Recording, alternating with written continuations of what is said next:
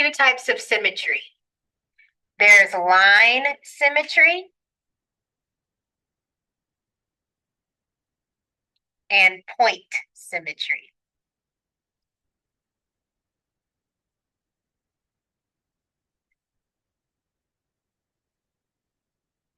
Notice over here for line symmetry, if I fold this graph along the y-axis, you see how it will fold on top of each other? It's symmetrical about the y-axis. Here, if I fold it along the x-axis, it's symmetrical. They'll fold on top of each other. We call that line symmetry. It's symmetrical about a line. Notice here on the right, we have point symmetry. Here is my origin. And notice this side up here. If I were to rotate this 180 degrees, it would be facing down here. It would be on top of itself if I rotated it. So if you rotate this whole graph 180 degrees, it will be the same graph. So those are examples of line symmetry and point symmetry. So this first one that we saw over here, this is the x-axis, and the one we saw here is the y-axis. The x-axis and the y-axis are common lines of symmetry. You'll see that often.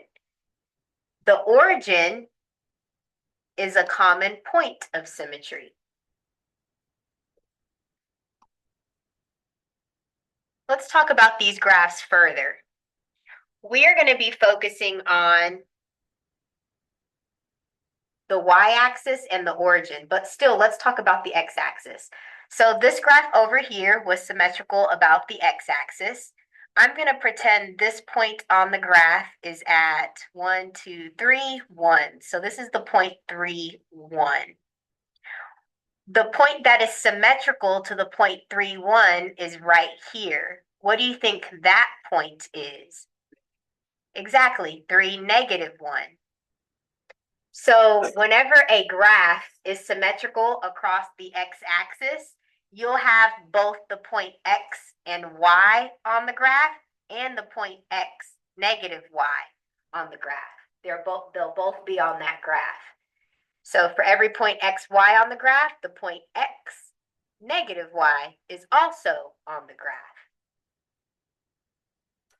And what you guys did was you just replaced y with a negative y. And that's how you get the different points.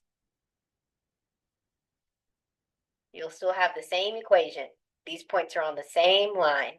Okay, let's do the same thing for the y-axis. I'll just pick this point here. I'll say that this point is at 3, 2. I'll say it's at 3, 2. Also on the line is this point right across from it. What point do you think this is? Exactly, negative 3, 2. So guys, this is the point xy that's on the graph. What is over here? Negative x, y. So we have the point negative x, y also on the graph. So this time we replaced x with a negative x. Okay. Whenever a graph is symmetrical about the y-axis, we call it even. All even functions are symmetrical about the y-axis. Even functions are symmetrical about the y-axis. Okay, let's talk about the last thing. Let's pretend this point is at 1 and 3. This is the point 1, 3. What is this point down here? Exactly, negative 1, negative 3. So guys, it looks like if you have the point x, y, if it's symmetrical about the origin, you'll also have the point negative x, negative y.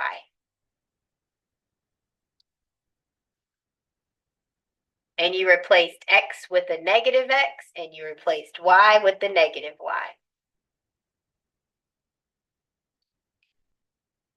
Those are the different tests for symmetry. Okay, so let's look at an example.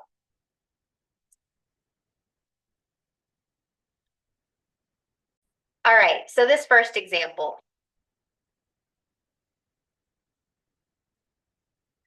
I'm going to plug, everyone write this down, put parentheses wherever there's an X. Over here too. We're going to put parentheses wherever there's an X. Also, I forgot to mention, over here, whenever a function is symmetrical about the origin, we call it odd. Today we're talking about even and odd functions. Okay? So we're going to be looking at, is it symmetrical across the y-axis? Or is it symmetrical across the origin, about the origin? Because we're going to be talking about even and odd functions today. Okay, so let's figure out if this one's even, odd, or negative. I'm sorry, or neither. Okay, so we're going to plug in a negative x. Plug in a negative x.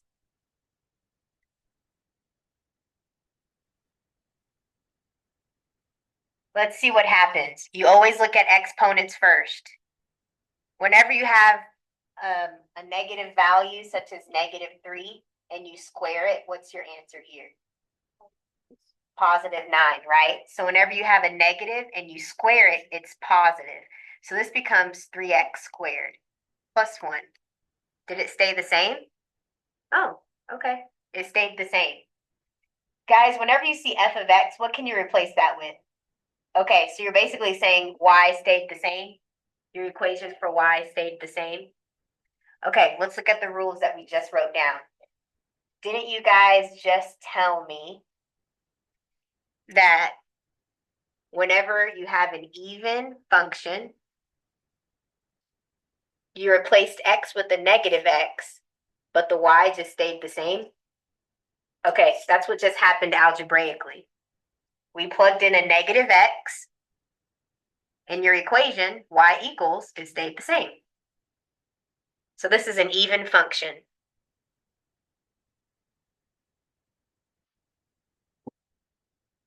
This is an even function, and that means it is symmetric. I'll say across or about the y-axis. It's symmetric about the y-axis. I'll say the word about.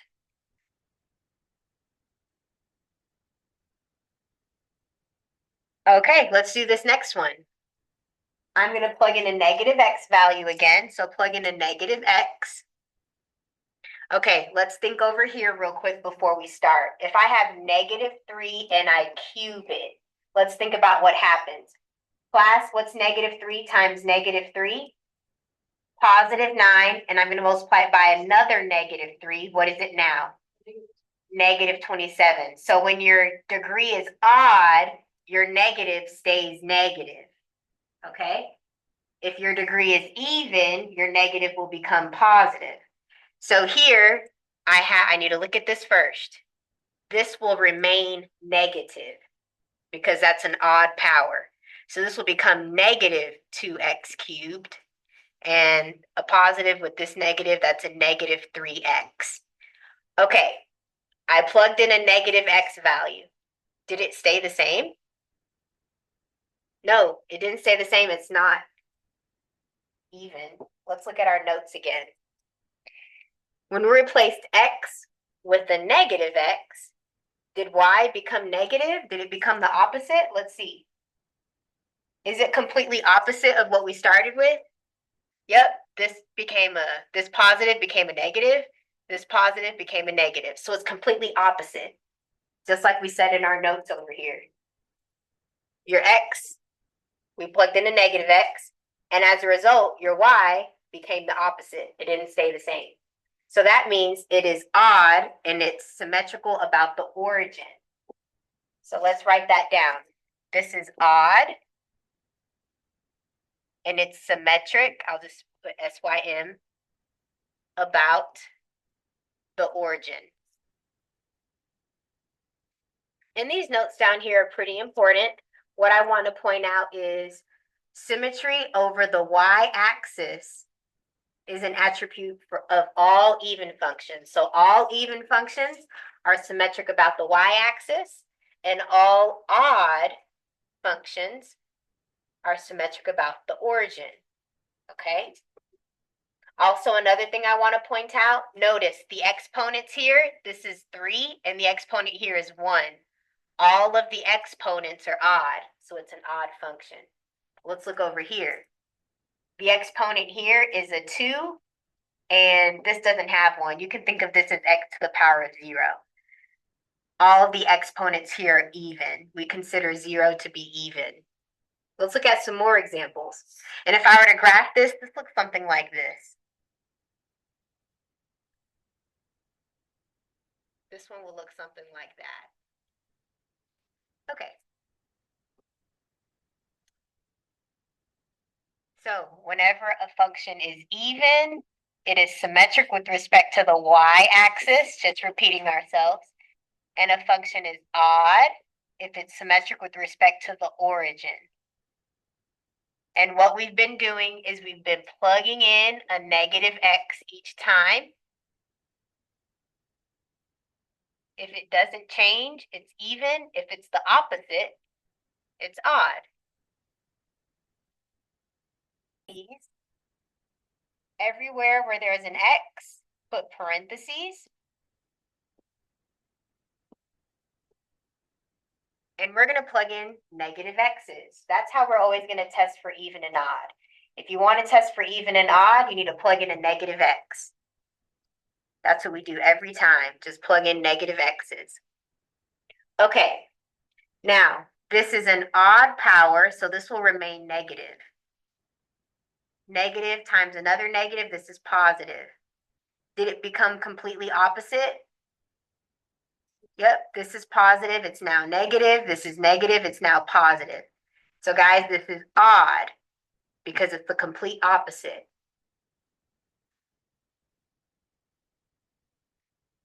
So that means it's symmetric about the origin.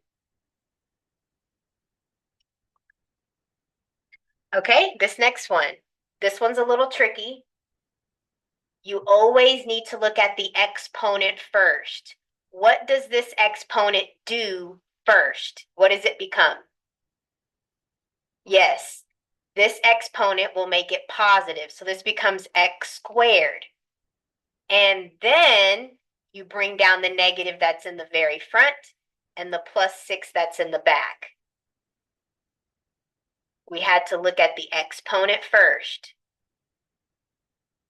So the exponent made it positive, but then you still have this negative in the front. Okay, did it stay the same or become completely opposite? Stayed the same. Since it stayed the same, this is even. And it's symmetric about the y-axis.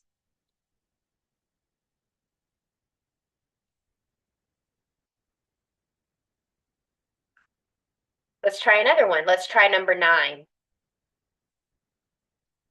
So everywhere where I see an x, I'm going to put parentheses and plug in a negative x.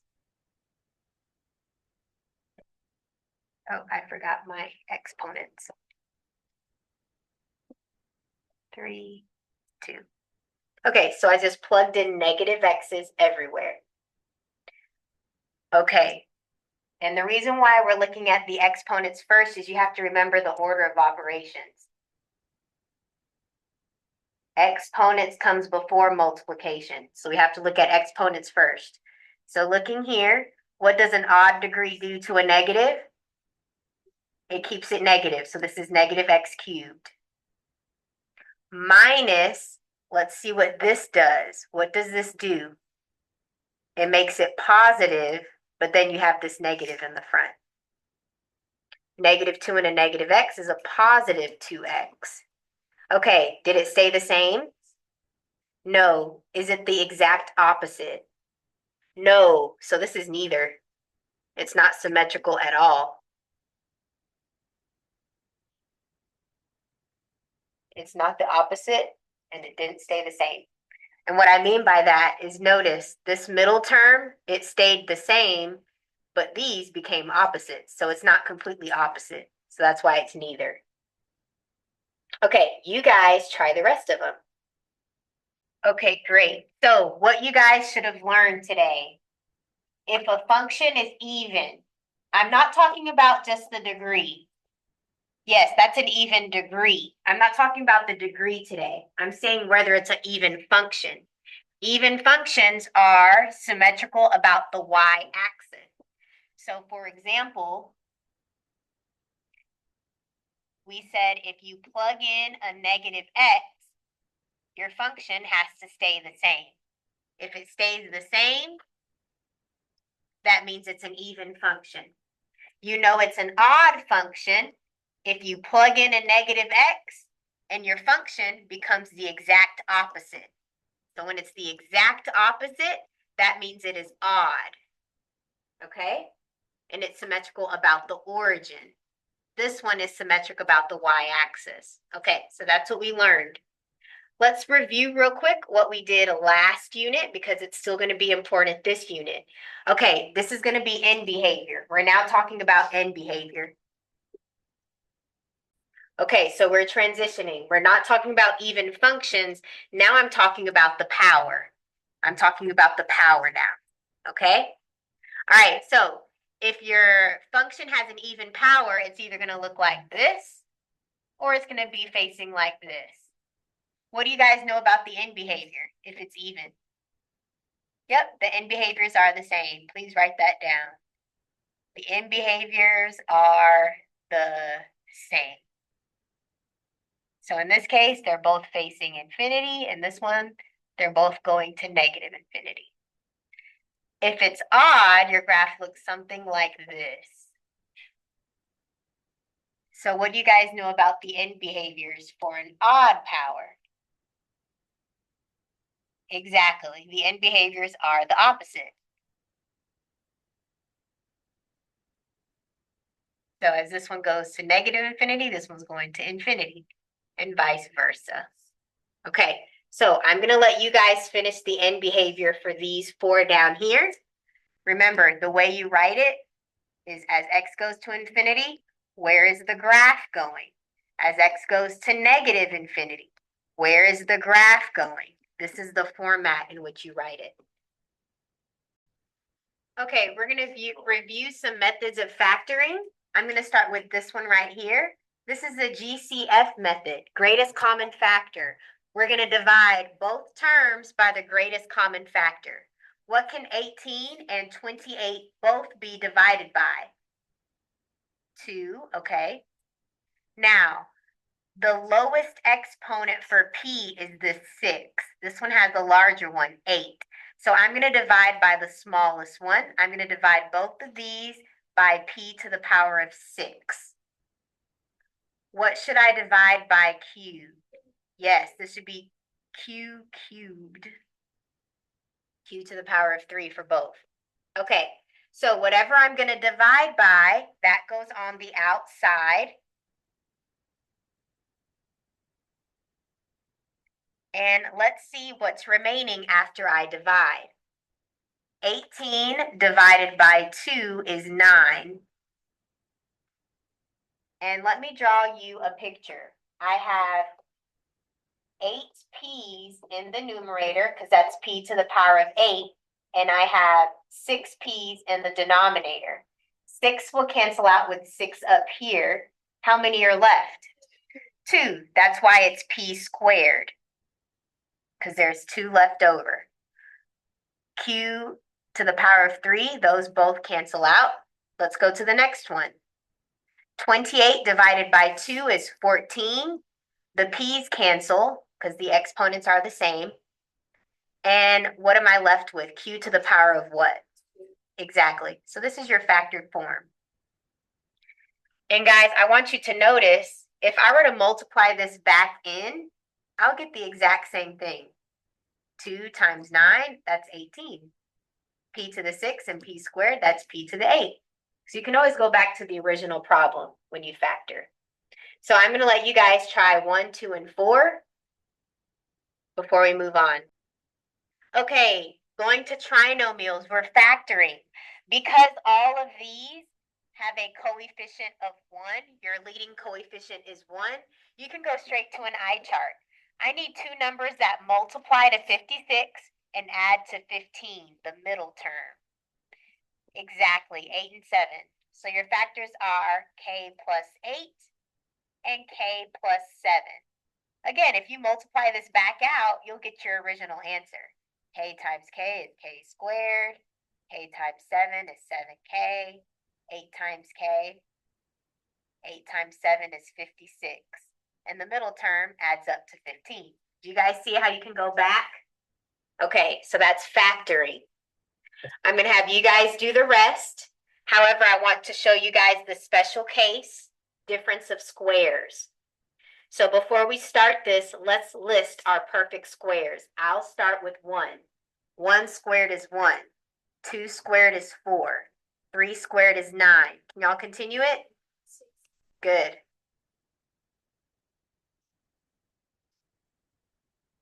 Good. 81. 100. Good. 144. All right, that's good. All the way up to 12. So guys, these are your perfect squares. Shh. Okay, so remember, I'm just going to start off with the basic example for number 5. We need two numbers that multiply to negative 25. We don't have the middle term, so that's just 0. What do you think my number is? 5 and negative 5. So my answer is m minus 5 or m plus 5 and m minus 5. It doesn't matter which one you put first, the 5 or the negative 5. So these are your factors. Let me tell you the rule. Whenever you have a difference of squares, whenever you have something like this, whenever you have something squared minus something else squared, you can write it as this: a plus b, a minus b. So look what we did here. The square root of m is just m. The square root of 25 is just 5. Do m plus 5 and m minus 5. This is what they're doing. The square root cancels out. You're left with a minus b and then do a plus b. Make sense? Okay, that's the rule. Let's apply it to a more complicated example. Okay, so let's try number 6. Now, do you guys notice that 9 and 49 are both in our list right here? What's the square root of 9? So this will be 3x. And what's the square root of 49? So this is 7. And then put the little squareds. Okay, so we put it in the proper format. We have a difference of squares. 3x squared is 9x squared. 7y squared is 49y squared. You guys see that? Okay, now let's apply the rule. You just do a plus b and a minus b. So this is 3x plus 7y, and then 3x minus 7y. That's your answer. Just take the square roots of the perfect squares. Okay, let's look at number 8. I'm going to let you guys do 7, but let's look at number 8. Are these numbers in our list? No, so we need to divide by 2 first. Divide them both by the greatest common factor. 72 divided by 2 is 36. 2 divided by 2 is 1. Is 1 on my list? Yep, it's right here. Is 36 on my list? Right here. Perfect. Okay, so the way we do this, what's the square root of 36? I'm going to write it as c squared with the squared. What's the square root of 1? It's just 1. So that's how we wrote it. If you square this again, 6 squared is 36. C squared with another squared is c to the 4. Okay, so we just rewrote it to look like my rule. Okay, so your answer. Let's write the answer. I'll write the answer in dark blue. Your answer is 6c plus 1. Oh, 6c squared plus 1. And 6c squared minus 1. Now, guys, do not forget, if you put this as your answer and stop there, we would get this wrong. What am I missing? Yes, the 2. If you divided by 2 in the beginning, you have to put a 2 on the outside. So, guys, for number 7, what are you guys going to divide by? Exactly. So you better have a 5 on the outside when you finish. Okay, I'm going to let you guys finish number 7.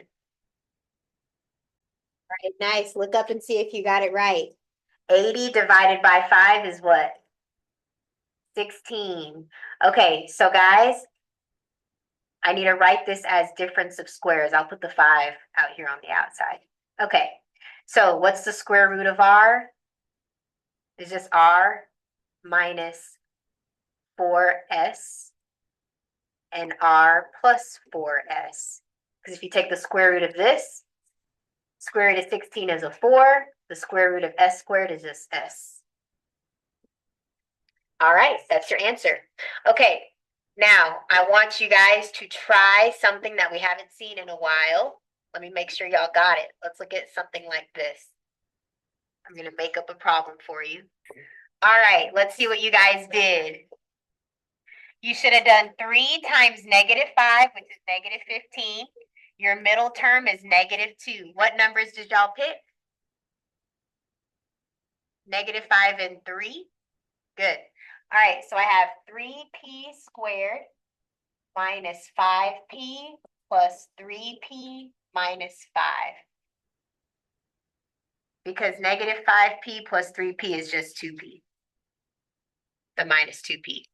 All right, so now we're going to split this down the middle and do the GCF. What can these both be divided by? P. So p is on the outside, and we're left with 3p minus 5. What can you divide these by? Just 1. So 1 is on the outside, and it basically stays the same. We know we did it right. How? Yes, you have the same thing in the parentheses, so we did this correctly. So that means my factors are 3p minus 5, and in my other parentheses is what's on the outside, p and 1. So p plus 1. These are my factors. Okay. We're going to apply the same concept to these. Now we have 4 terms. All right, so we're going to apply it to 4 terms now. Guys, split it down the middle. This side, what can it be divided by? V squared, there we go. So V squared is on the outside. I'm left with 4V minus 5. Over here, what can these both be divided by? Don't just say 4, -4. There we go. So that means -4 is on the outside. And the reason why it had to be negative, guys, what's -16 divided by -4? +4. And remember, they have to match. If you just did a +4, they wouldn't be matching right now. +20 divided by -4 is a -5. So now these both match. So whatever matches will go inside of one parentheses, and what's on the outside goes in your second parentheses. We're almost done. We can apply a rule right here, the difference of squares. And remember what the difference of squares said? If you have a squared minus b squared, write it as a plus b and a minus b. So I can write this as, what's the square root of v squared? V and the square root of 4. So this would be v plus 2 and v minus 2. And this stays the same, 4v minus 5. So this is your fully factored problem. Let's try another one. Split it down the middle. What can these both be divided by? Good, c cubed. That's on the outside. I'm left with c plus 9. What will these both be divided by? -1. So this will be c plus 9. Whatever is the same will go in one parentheses, and what's on the outside will go in another. Okay, guys, this one is called difference of cubes, and we're going to learn more about this tomorrow. We'll factor it further. Okay, but you guys know now how to factor terms of 4. So I'm going to let you guys practice the rest.